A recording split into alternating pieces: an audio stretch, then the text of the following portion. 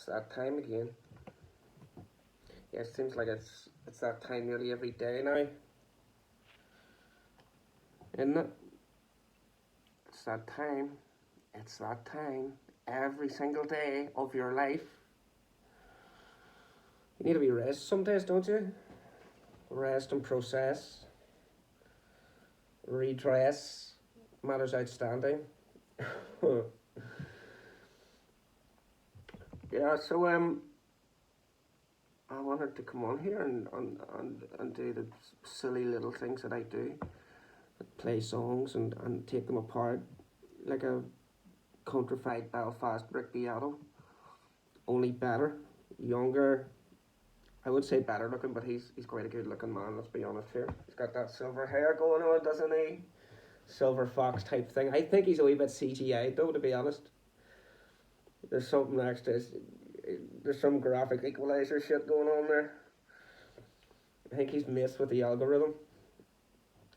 But he's all good, isn't he, Piano? Like, he's quite informative and fucking, you know, he seems to know all these guys, you know, Betancourts and Bing, and there was those two young guys he had on the other day, you know, these influencer guitar players, you know, the guys that don't even play in a band. I think they do gigs and stuff, they're like hired guns, but basically they sit in a chair and show their technique. That's alright for what it is. I'd rather see some guy who, you know, can't play guitar, but he's on a fucking stage and he's doing something, you know. But those guys are nice, you know. It's not my thing. I prefer somebody with a bit more personality, or even a lack of personality. If you're a dry bastard, but you get up there and you fucking do it, it's, for me, I prefer that. But I suppose there's a market for that stuff. What those guys are doing, it's just like, oh, guitar tricks. I'm doing. You want to see my latest trick? Yeah, it's great. Do you have any songs? It'd be nice to hear a song at some point. And speaking of songs, the youth of today are coming out with some nice stuff lately. Local boys, good Kirkstown, County Tyrone lads, Cemetery Sunday, I've come out with a single, Savour, you call it, and savour it, indeed I did. I think it's great. It's just a kick-ass song. Whoever did the production on it is kudos. Whoever's working the fucking desk and everybody involved, great work. You know, I think, you know, in my opinion, I think it's a really nice track. You know, draws easy comparisons with the likes of the Deftones and stuff like that, with the sound, the kind of effect on the vocal and the chords and stuff, which I think is great, because that's not a sound that you hear too much nowadays. And they do it really well. They've got a new singer in. Being a Cookstown guy myself, I know quite a few of the boys out of the band. I haven't met this new dude yet. You know, I have to size him up. But he's a really good singer. To me, and this might sound a bit fucking mad, but to me he sounded a bit like James LeBrie out of Dream Theater, because whilst he can sing quite high, powerful, great, do all that stuff that usually I rabbit on about for fucking hours, he was doing like a soft, emotional delivery type thing, and you don't always hear that in you know, the macho world of rock and roll. This guy and the lyrics were beautiful. It seems like whoever this fellow that they brought in is a very talented guy, and you know, they're maybe lucky to have him. I'm sure he's lucky to have them. Yeah.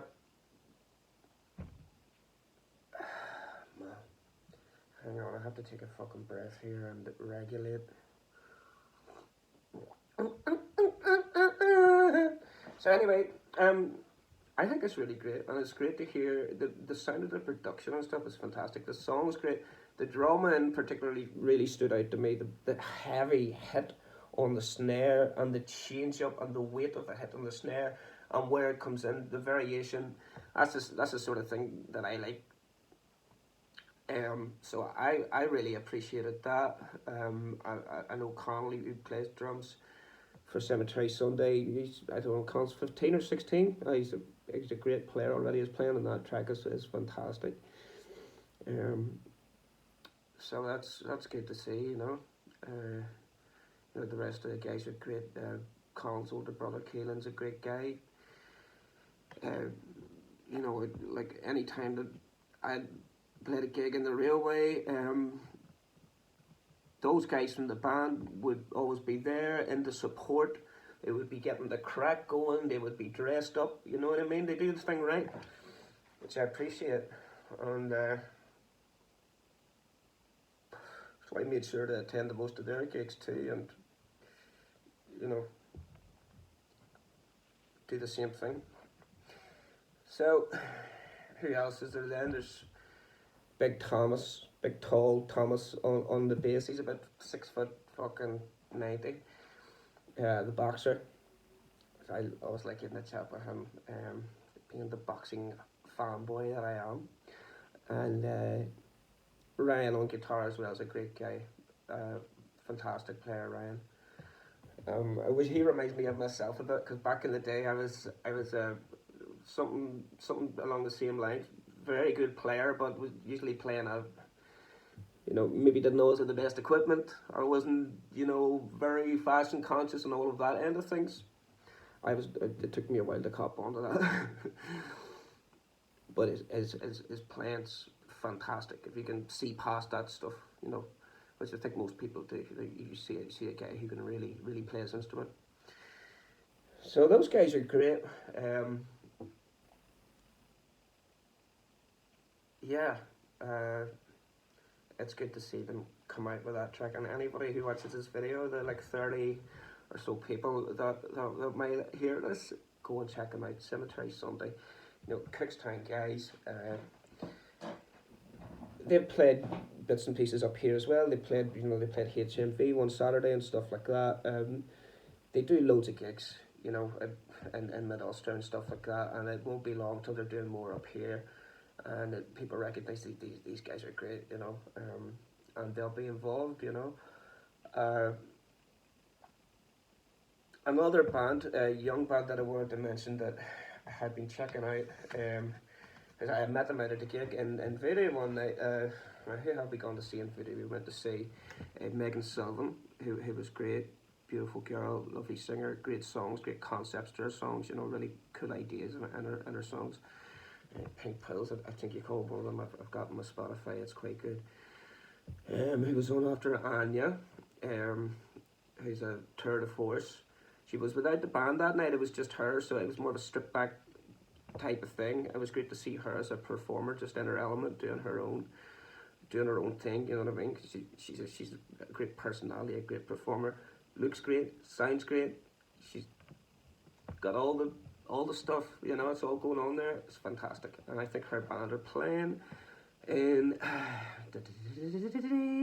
they're playing in what do you call that place? Voodoo. Like the place to be, isn't it? So they're playing there. I think it's the 30th of March. Could be wrong. Check your fucking diaries, or you know, your whatever it is that you check. Just go and fucking check now, right? And after Anya, then there was the band Banshee. It was my first time seeing them. I'm familiar with their bass player, Nick Scott. Lovely, big, tall, great guy. The guitar player, I'd met him before the two of them were busking. I can't remember the guitar player's name. He is a great player. Drummer was fantastic. The drummer was a killer, you know. And you know, I don't mean it in any offensive way or something, but you know, sometimes you look at somebody, you think, oh, this guy doesn't look like he's up to much. You know, he wasn't all about the fashion and the look and the massive persona and all of that. But when he started playing those drums, again, it was massive stuff. And it makes me think back to when myself and my mate Stevie Conley. You want to check his stuff out too. I'm just doing millions of shout outs today. So Stevie and me used to busk back in the day, you know, and we started off by ourselves, then we come together and it was like, oh, shit's happening here. There seems to be a whole lot more female attention coming our direction. Male attention, Jesus, what's going on here? We would busk for a few hours, you know, raking 80 quid, brilliant summer's day, go and sit out the back of Kelly's Cellars, pints. Wouldn't be too long, some old fella comes over and goes, guys, give us a tune, give us a song. So next thing we were playing the songs, everybody singing along, the women were, you know, it was like Almost Famous or something like that, or the video to November Rain, and we didn't have to buy a drink all night. Great lifestyle, great life. I'm glad we got those early years. It was just an adventure, you know, a rock and roll adventure. And well, I noticed, like I say, I wasn't really the most fashion conscious. Stevie was. Stevie, having come from the city, he, you know, I think in the city, it's much more important that your identity and stuff from a young age as a teenager. I think most people, you know, they dress themselves, and you know, well, I'm a punk, you know, so this is what I wear, and you know, I got my little badges. This is my extra bit of individuality. On top of that, you know, oh, I'm a metaler. I'm gonna do this, and I was in somewhere like Cookstown, you know, a small town. It's like you're just a fucking grunger. You know, and oh, whether you like Metallica, whether you like Blink-182, whether you like Slipknot, you're just a fucking grunger with a skateboard, and you wear a black hoodie and baggy trousers and a fucking chain with your wallet hanging off it. And really that was it. You know, there's much more impetus in the city on your identity that you sort of like fucking show with how you dress and stuff like that. And I recognised it one night. We were playing a gigs, Stevie and me, and I wore a hat that night. I always wore a nice shirt, you know, and you know, my nice jeans and my nice brown shoes, being a fucking culture. And I stuck this hat, this really nice like Stetson cowboy hat on. I put it on, and an older lady that I knew who was sort of like let's say an advisor, but she was somebody nearly like a mentor. She wrote poetry and stuff. I would go to her house. She was quite an educated, cultured lady, and you know, we would listen to records and books. I didn't really realise it at the time, and she was doing for me, you know. But looking back, it was great.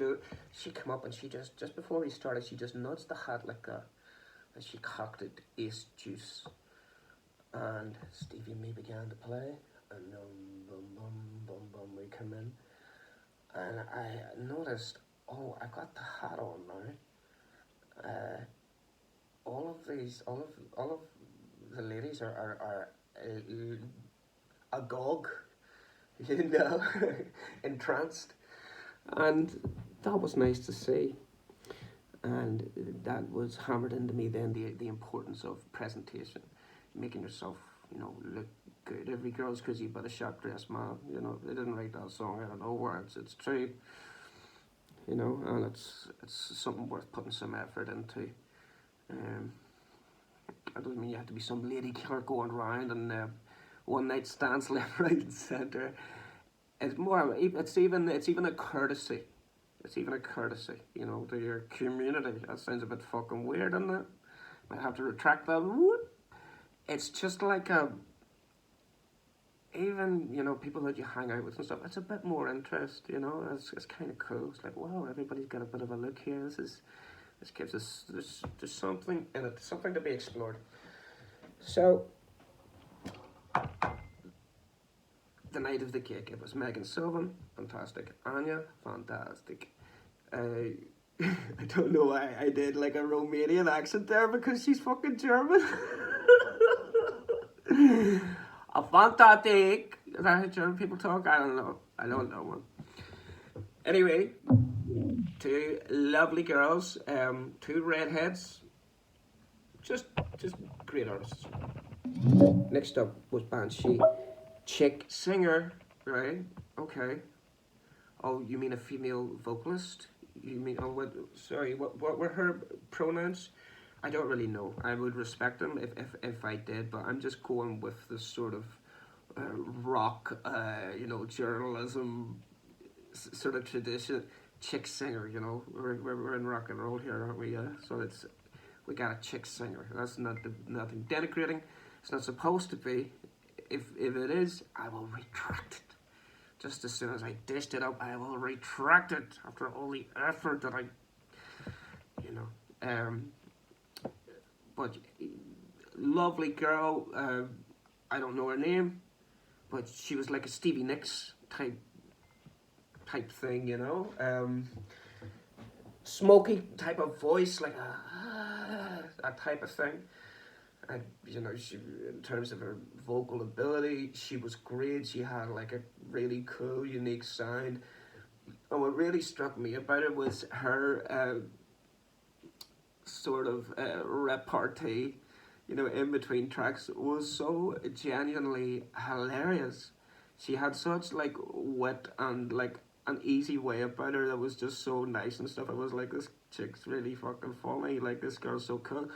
And she's just quite young. Bear in mind, I'm getting on a wee bit here. Like you know, this girl was in her young 20s. Is that a fucking phrase?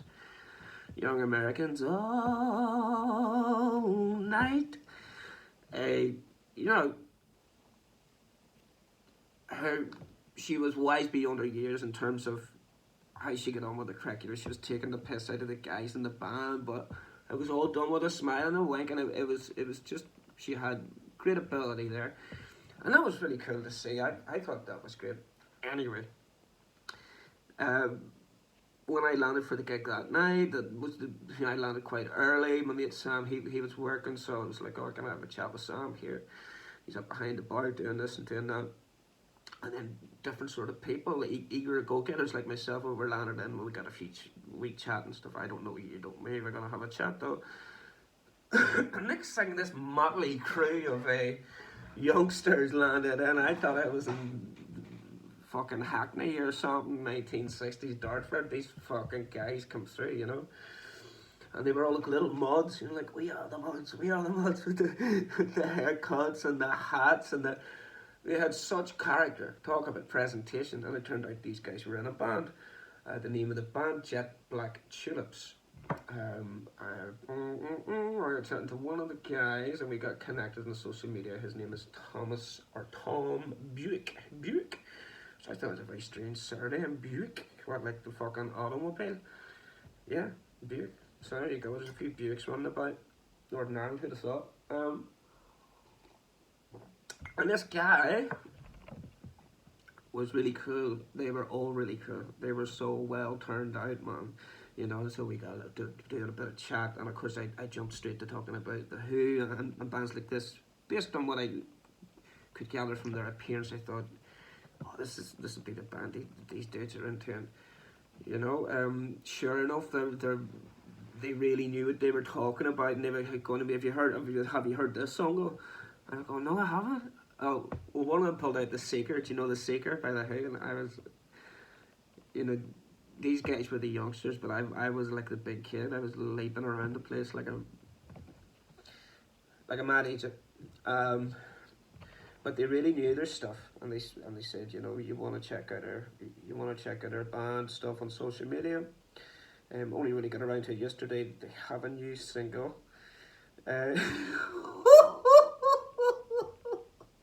Are you reading these? Called Young Love. I think it came out in September or something, but that seems to be the latest one that they have up. It's fucking great. They are a kick-ass band. I checked out, there was a little live thing on Thomas's page that I was looking at. I think it was done for Bangor Attack or something like that. I believe the guys are from Lisburn. Which they seem really proud of as well. It's kind of like me fucking rabbiting on about Cookstown. These guys were like, we're from Lisburn. You know Lisburn? And I was like, not really. And they're like, oh, you gotta come. I'm like, I don't know, like, what is there to do in Lisburn? So anyway, the pride was there, and yes, I checked out the live bit and stuff. They look the part, and these guys look like they're gonna be a real good band as well. Hopefully for a few years to come. We'll see in the cemetery Sunday, and who knows, maybe those two guys can link up and do a couple of gigs together. probably musical style wise, they're not comparable, but there's no reason why I'm sure they couldn't be on the same bill or play a small festival or something like that at some point in the future. Similar age, similar sort of depth of talent, and well drilled, going about things the right way, which is always good to see, isn't it? Isn't it? Look what I bought. I bought this. Do you remember cards? Cards. Um, a friend of mine and me actually started a band called Cards. And it was kind of like a bit of a rip off of Kiss. Well, it was a take off of Kiss, We were each gonna, like, each guy was like dressed in a card, yeah. And there was like the Queen of Hearts. He was like this sort of, he was a wee bit this way, that way. He played keys, he played synths and stuff. There was the Jack of Clubs, he was like the hard dude. It never really went anywhere. I just started off as a theme, a concept, just another concept. So anyway, you know what? I'm gonna smoke a few quick drags of a cigarette, and then I'm gonna play some guitar, yeah. And that's why we're talking about the Cookstown scene and stuff like that. You'll hear me mention the Railway Bar sometimes. There's a lot of rock gigs put on there. Cookstown Rock and Blues Showcase. John McVitie does a lot of good work around there. The scene's great. There's a lot of good fans in and around Cookstown who go to those gigs. It's really cool. So if you're in the area, check it out. And it's just worth noting and worth thinking about and keeping an eye out for. Hopefully, Cemetery Sunday's certainly one of them, but hopefully there'll be more to come from the sausage people. Fuck's sake. Okay, so you might remember that I was talking about the Rolling Stones the other day. The Stones, man, the fucking Stones, the Stones, don't I? Who the fuck that was? Meant to be Liam Gallagher. Oh, that sounds quite good. Ooh. Right.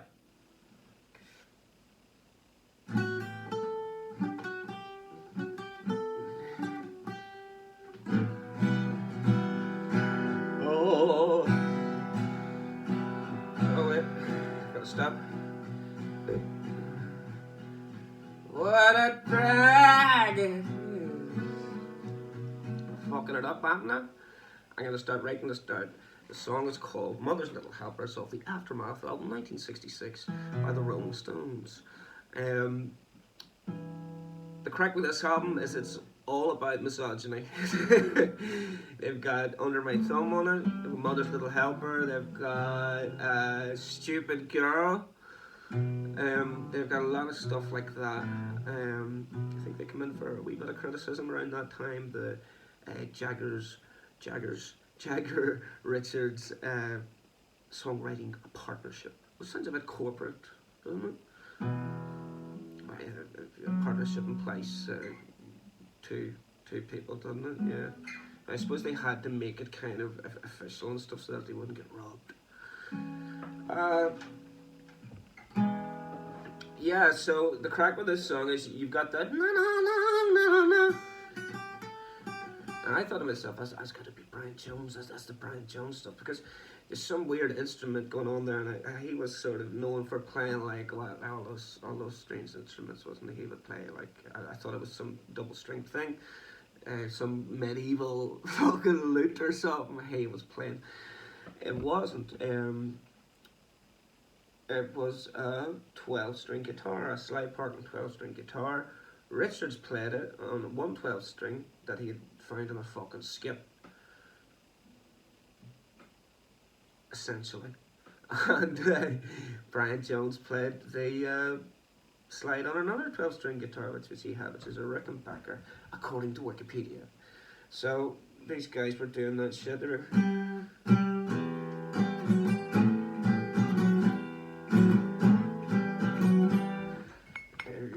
Sorry, we're gonna maybe attempt this. There's tea in the mug, so this makes it extra precarious. There you go. That's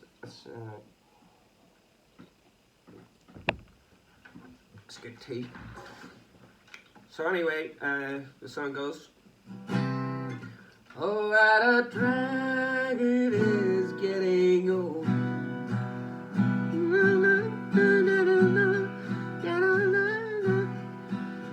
Kids are different today. I hear every mother say, mother needs something today to calm her down. And though she's not really ill, there's a little yellow pill. She goes running for the shelter of her mother's little helper, and it helps her on her way. My sore throat won't allow me to do the Jagger music hall fucking Lonnie Donegan full thing. I'll have a go. Things are different today. I hear every mother say, cooking fresh food for her husband's just a drag. So she buys an instant cake and she burns a frozen steak and goes running for the shelter of her mother's little helper, and to help her on her way, get her through her busy day.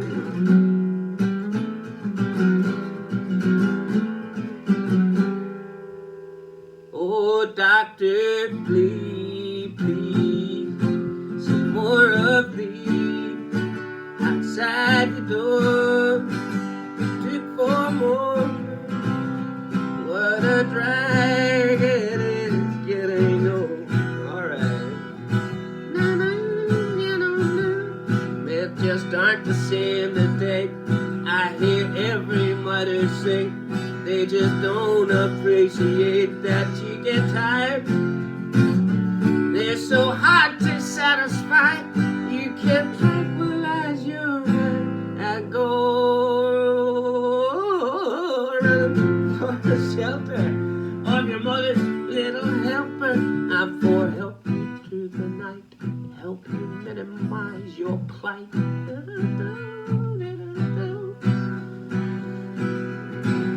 Doctor, please, more of these outside the door. Shoot for more. What a drag it is getting old. And so on. I think that's a fucking fantastic piece of songwriting. Chord-wise, right? So let's say it starts with that. Right, so like an in from the 5, say. So what's that? A flat 6, a minor 6 chord, yeah? And it's just an open C chord. And then the next one, rather than just a straight B, is a B7. And that flavour somehow, if it had been, you know, say a C9 or a C7 into a B7, it wouldn't quite have had the same effect. So coming from that open C, what a drag. Drag. So, drag. That's that minor 6 note under a fucking 5 chord. You know what I mean? So it's a flat 9 in that B7 chord. Definitely feel a bit like rock piano now. So there's something going on there. Check it out, motherfuckers. And we're in the key of A, right? Kids are different today. I hear every mummy say, mummy needs something today to calm her down. It goes down F major in the key of E. Where the fuck's that coming out of? And there's almost a shuffling kind of skiffle type thing going on with this, isn't there? Even in the vocal delivery, there's something of that parody type.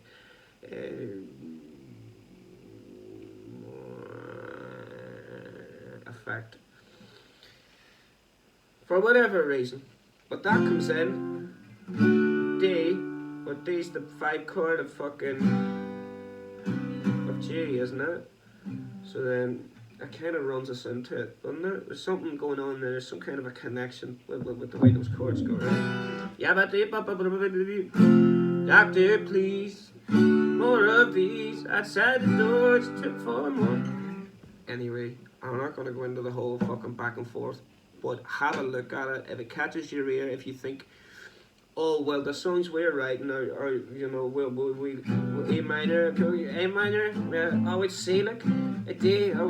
Maybe you don't think about it in those regards. Maybe you just pick up your guitar and go, oh well, here's a chord, and then I'll just sing a bit, and then I end up going up here. I'm going like oh, and then I go down here. Oh fuck, oh, whatever your process is, if you come from more of a songcraft, probably more experienced and a more old school songcraft direction, you might sort of number chords and list chords and things like that. You will recognize that that F is a strange fish in there. In the Wikipedia article, which I read nearly all of my research attempts, mentions that some of the sort of commentators and stuff at the time that it came out compared it to the songwriting of Ray Davies of the Kinks. So there is something there. I don't know the exact Kinks song, but you can recognize it. She not so tell me, babe, baby. Where have all the good times gone? Where have all the good times gone? Mama dippity ba ba ba ba ba ba ba. Jappa ba diddy dee ba ba ba diddy boo.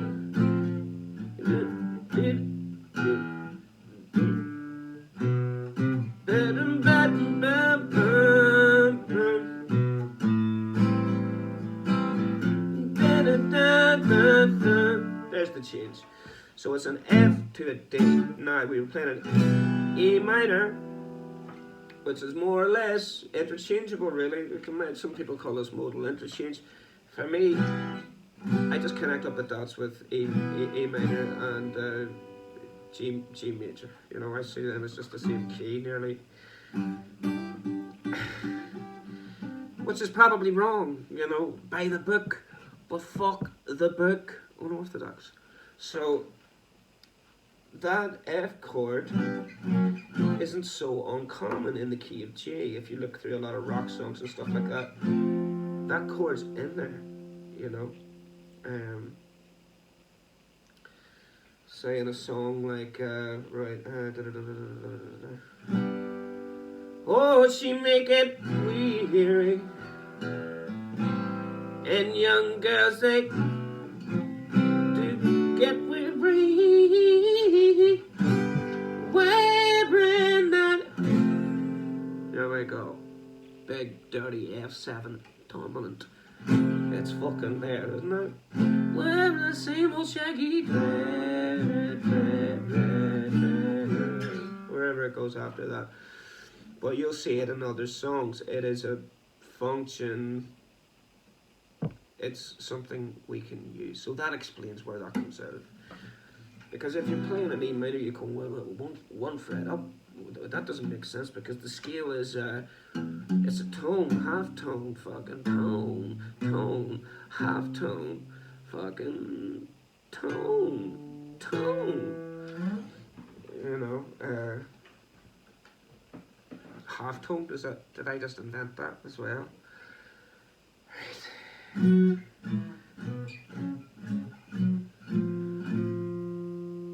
Isn't life so easy? Isn't it just easy? You see, did you ever see fucking like David Bowie in that film? And he's going like, man, I got there. You know what I mean? He was good at the obelisk, and that's really why he progressed to the level that he got in that film. Even his hair, you would notice in that film there was something going on there, you know. But he was the bad guy. As some you can remember, he was the fucking bad guy. So, you know, there's goodies and baddies, cops and robbers, isn't it? You can't have one without the other. And there's good in the bad and bad in the good, isn't there? You know, them fucking coppers, they're out there, trust me. So anyway, there goes our little lesson on that song. let me do this, right? It goes right.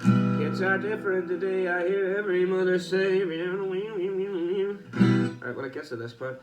And though she not really ill, little yellow pill. So go. Wait.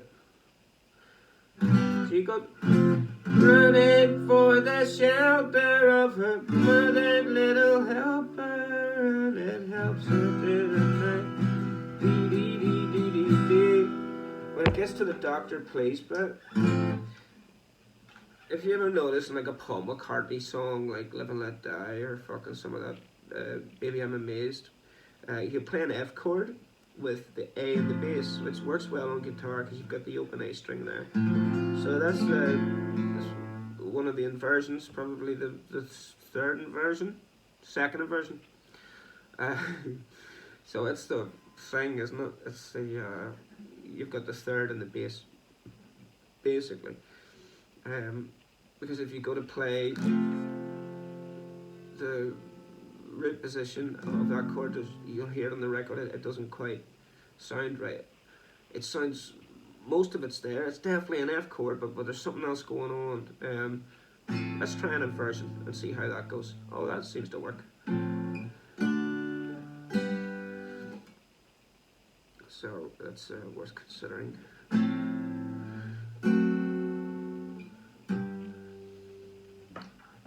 So, you know, for instance, you can play that D chord, play with an A, play with that F sharp and tab. You might come across that in tabs and stuff and just think, oh, well, that's just another way to play it. It doesn't really matter. I mean, I can play it that way, I can play it that way.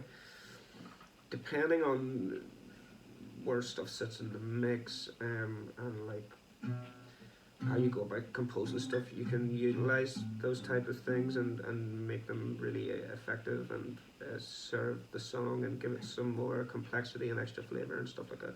Elton John's another guy who's really good at using those inversions. I suppose people like the Beach Boys probably are good at that, and the Beatles to some degree.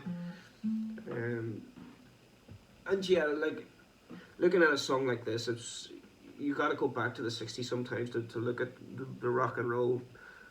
The songwriting then was so great, chord wise, you know, these bands like the Kinks and the Beatles and stuff. Like for instance, if you look at Day Tripper, you know,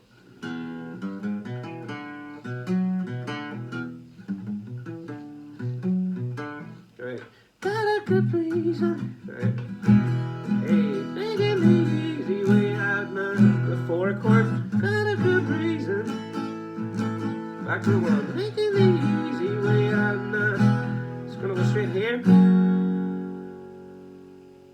To utilize that chord in that way, which is a major 2 chord, right?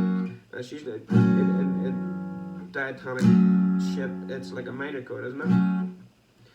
If it's a major, it usually comes in like, if it's in a blues format, it would lead straight to the 5 chord. That's typically where you'll see that. But they've just thrown it in there.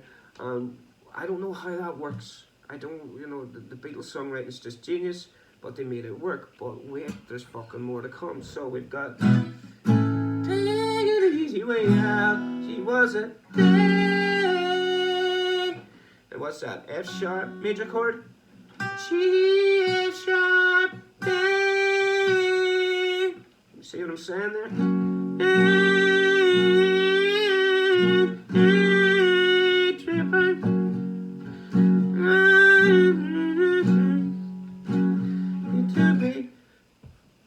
Chord,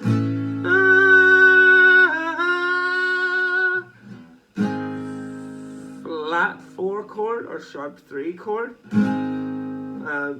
you know, in diatonically in that key, that's also a minor chord. You will see it as a major chord used in a lot of country songs and stuff, and crazy.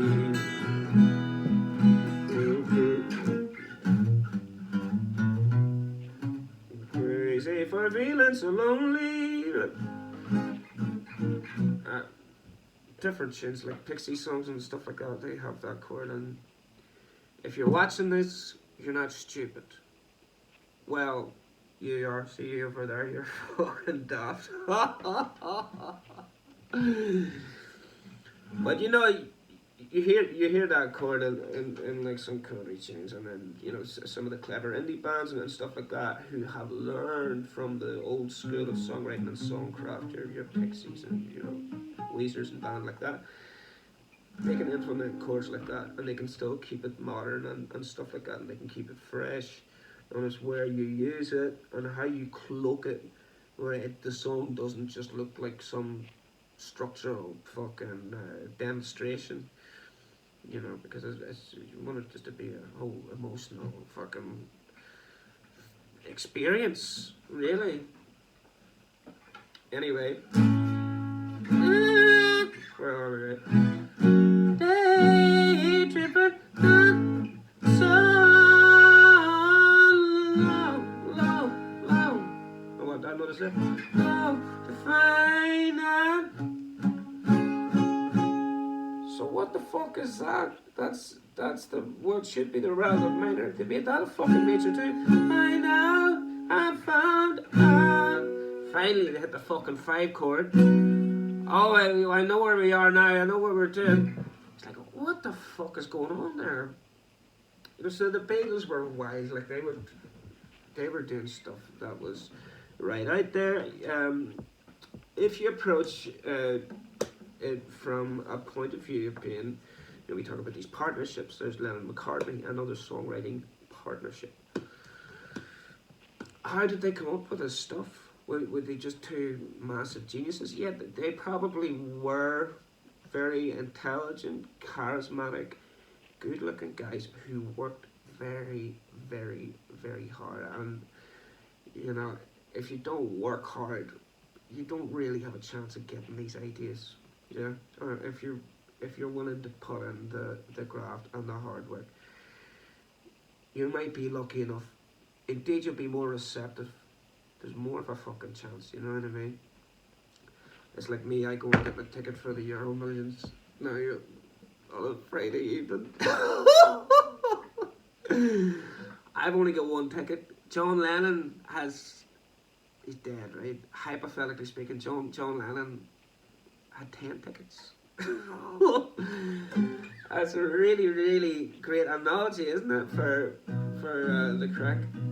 So anyway, you want to get yourself a few more tickets, don't you? Like, you're on about one ticket, you're not going to win, mate. You know what I mean? Work hard so you can buy more lottery tickets. Yeah. I believe we're nearing the end. I believe. And what's going to go down is I'm going to fucking play a little song. We have to pay homage to our forefathers, the fucking skiffle dudes. And there only really is one skiffle dude. I don't know whoever gets name dropped, but Lonnie Donegan. He's the guy, isn't he? He's like the James Brown of skiffle.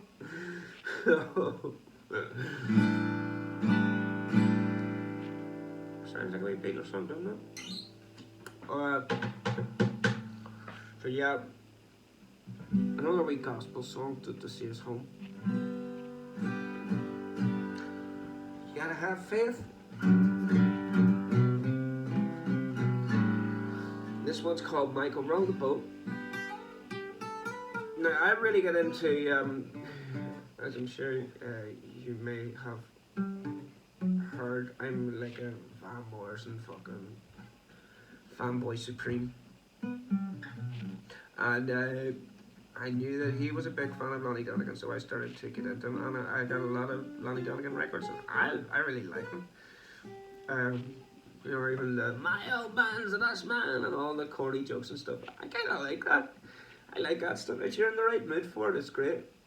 But there was one song that he did in particular that I thought was just fucking great. I mean, there were quite a few. The guy done a lot of good stuff, like a lot of good stuff. But this particular tune, I thought his phrasing was just fucking delectable. So I'm gonna fucking whap it out of me, That's oh. Michael roll the boat ashore. Hallelujah. might roll on the shore. Hallelujah. Well, the Jordan River is muddy and wide. Hallelujah. Well, I saw my friend on the other side. Hallelujah. Might roll on the shore. Hallelujah. Might roll on the shore. Oh, that hill straight and true. Hallelujah. Trust in sweet Lord, He's gonna see you through. Hallelujah. My God, my corona for sure. My corona for sure. My corona for sure.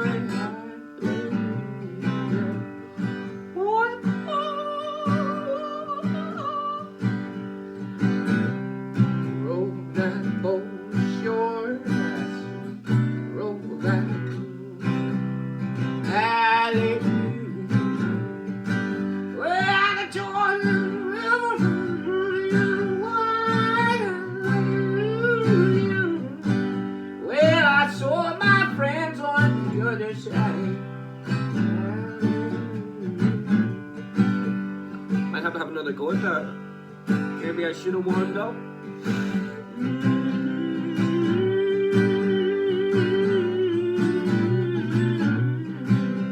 Alright, okay. Well, the Jordan River is muddy and wide. Well, I saw my friends on the other side.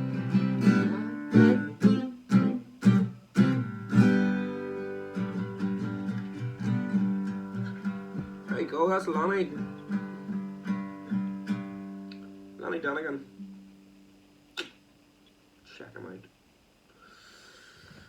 Okay, that's more or less it. I am actually going to play one more song, just to annoy you. I'm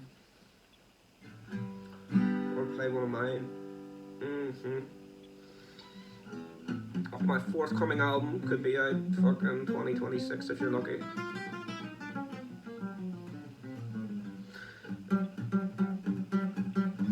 So that should be good crack when that comes along. This is one of the more sort of slower tracks off it. This is a song called Them Shoes Are Done.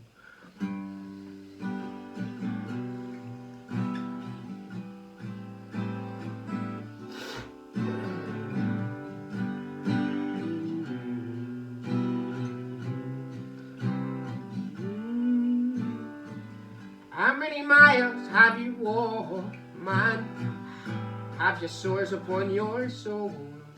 That old grey boots upon your head foot, you know that it's filling up with holes.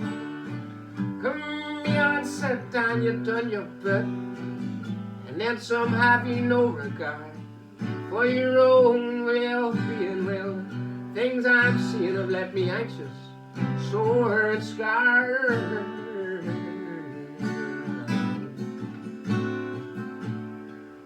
And I love you, it's true, I do, and I don't want to see you suffer no more. Yes, you played your part, gave up your heart. I'm sailing now, yes, but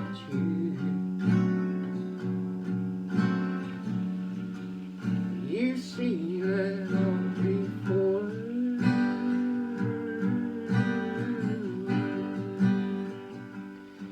There was a time when I watched you fondly, walking headlong into the hail, with endless hope you faced every slope. No, your courage never failed you. You never won for complaining. Are your heart like a rugged stone? Despite all of my campaigning, you insist on going it alone.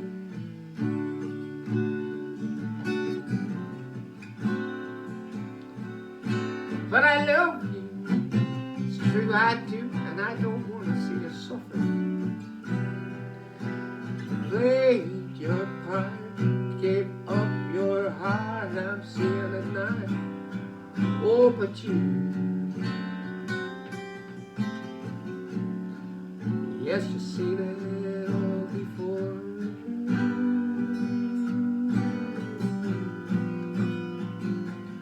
Oh, what's that do when you don't have a hand to hold?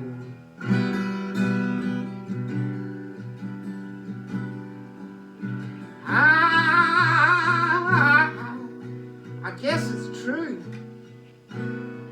It's just a part of getting old.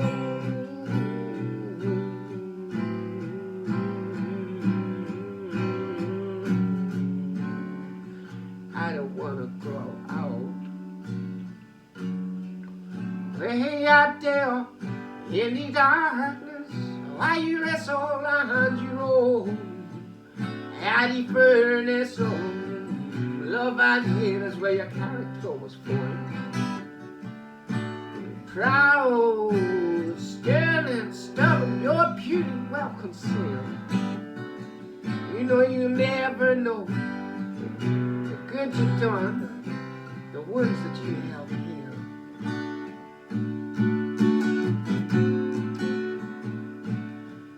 Yeah, I love you, it's true that I do, and I don't want to see you suffer no more, cause you played your part. Gave up your heart, I'm saying now.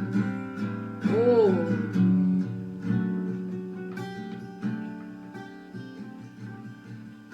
seen it all before.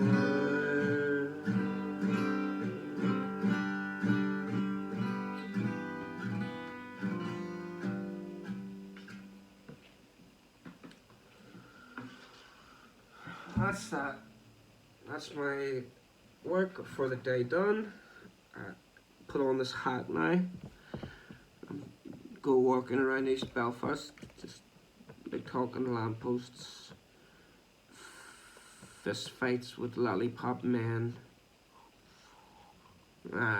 giving bad manners to shop girls, and what else is on the list of things to do? Making wee fries and making wee good fried eggs and fucking pancakes and stuff like that. Getting a new bike. That's part of the new deal. Getting a wee bike and do a bit of cycling. Something to do, isn't it? Go away to all them far places. Like Lisbon. Yoga. Take it easy, my friends.